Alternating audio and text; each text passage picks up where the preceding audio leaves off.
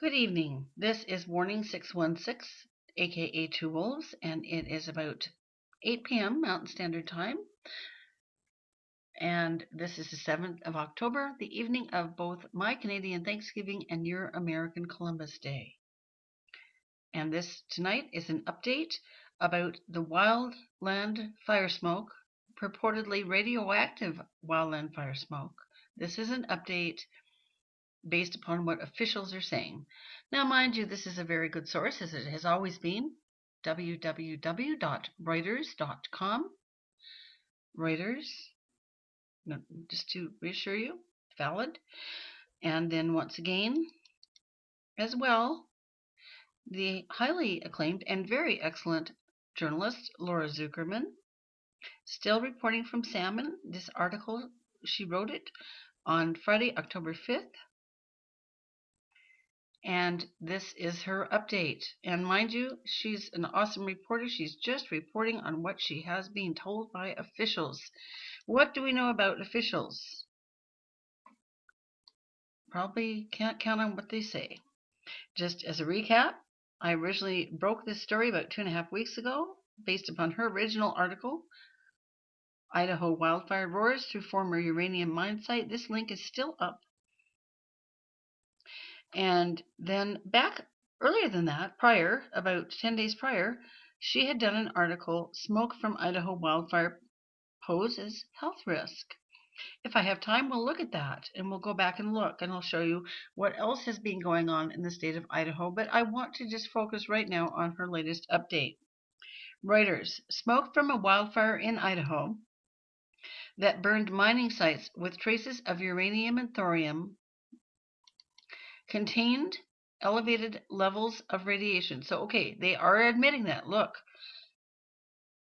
contained elevated levels of radiation, but, quote, none that posed a risk to human health, Idaho state officials said on Friday.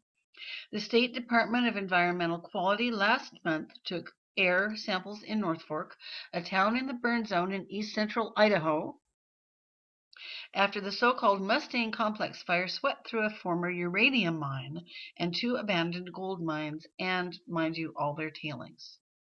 Health officials said then they believed risks to people's health was low, and the latest findings back up that assessment, officials say. Residents in the area had expressed worries about the smoke.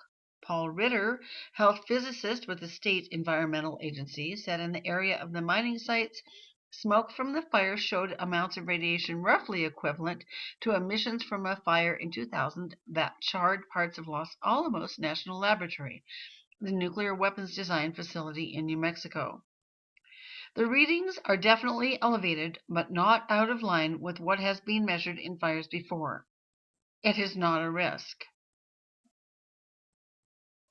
The readings are definitely elevated, but not out of line with what has been measured in fires before. It is not a risk, he said.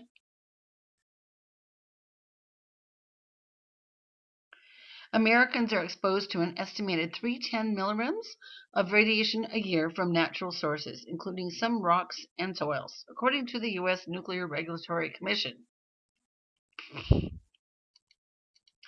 An analysis of air samples in North Fork showed residents would have been exposed to 0.5 milligrams of radiation in a 30-day period.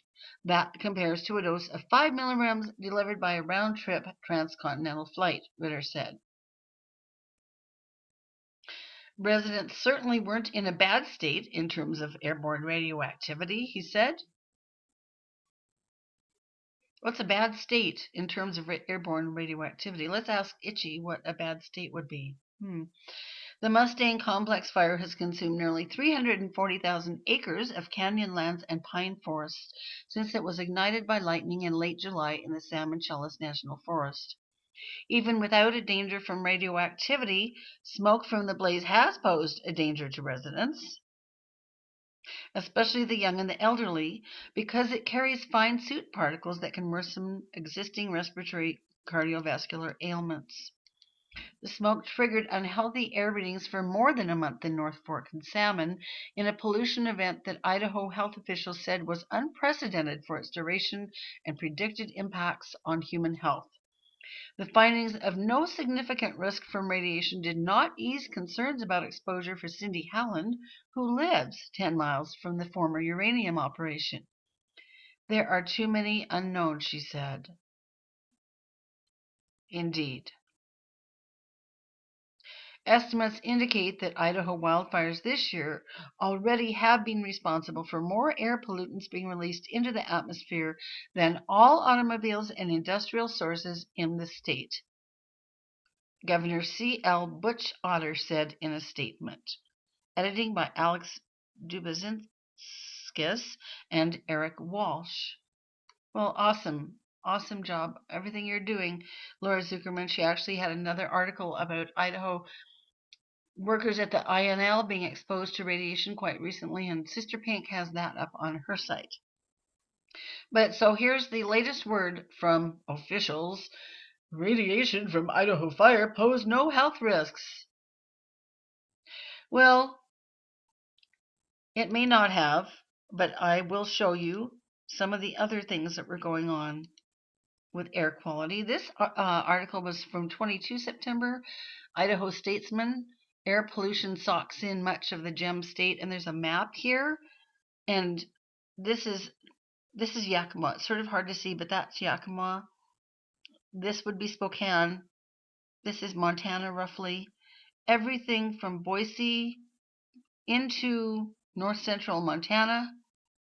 Everything south to Boise, and then even the Twin Falls area, over to Pocatello. All of that. This was extraordinarily hazardous in terms of the way that it was ranked. And I'll show you that article. I actually was able to find that article too, if it will come up. It was still online, and let's see if we can get it to come up. This was the article in its entirety from the Idaho Statesman. A little bit different wording in the headline, but from September 22nd.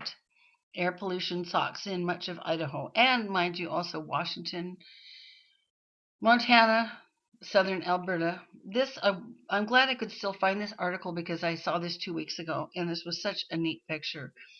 Thank you, firefighters. Wilderness Ranch area residents expressed their relief Friday. This sign appeared at Rush Creek Road, where it joins Idaho 21, by Katie Moeller, K. Moeller at idahostatesman.com. And remember, this is the fire that the young volunteer firefighters set. But the neighborhood was mostly saved, and they expressed their thanks.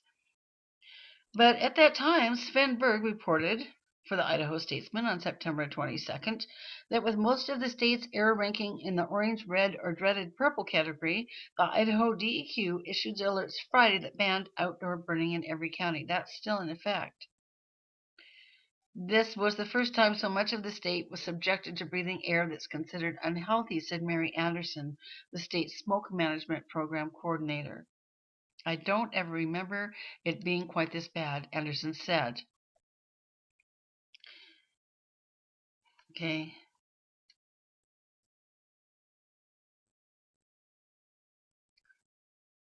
A lot of people have been very ill and continue to be very ill as a result of the smoke. And let's remember that that smoke is laden with chemtrail residue, residue from Fukushima, and then, of course, without any question at all, radioactivity from the Mustang Fire. I talked to many people in the area that experienced an etheric sense of something wrong with the smoke as soon as the Mustang Fire Complex got into the uranium and thorium. A lot of people have been very ill, and I have one more thing to tell you. Right about the 20th of September, firefighters from the Halstead Fire began to come down with very serious cases of pneumonia and what was attributed to pneumonia and bronchitis. Most of these people are really healthy and young and are so used to smoke that they rarely experience very much respiratory trouble. But around the 20th of September, Halstead officials had to break camp, and they moved their camp indoors into Stanley hotels because so many of the firefighters were falling ill with respiratory illnesses. Unusual respiratory illnesses, mind you. And that just breaks my heart because we know that some of it's no doubt radiation laden. Well, it was radiation laden. They're just not telling us how, to what degree, and chemtrail residue laden also. So we don't know. Thanks to Laura Zuckerman, thanks to Reuters, very little is being talked about here. It's very hard to find any information at all on this other than hearsay. I know a lot of people who are more ill than they've been in their lives here in Idaho. Let's just X out the word no. We know it posed health risks. And of course, as always, we will have to wait and see what the results will be. Thank you for listening. This is Two Wolves Out.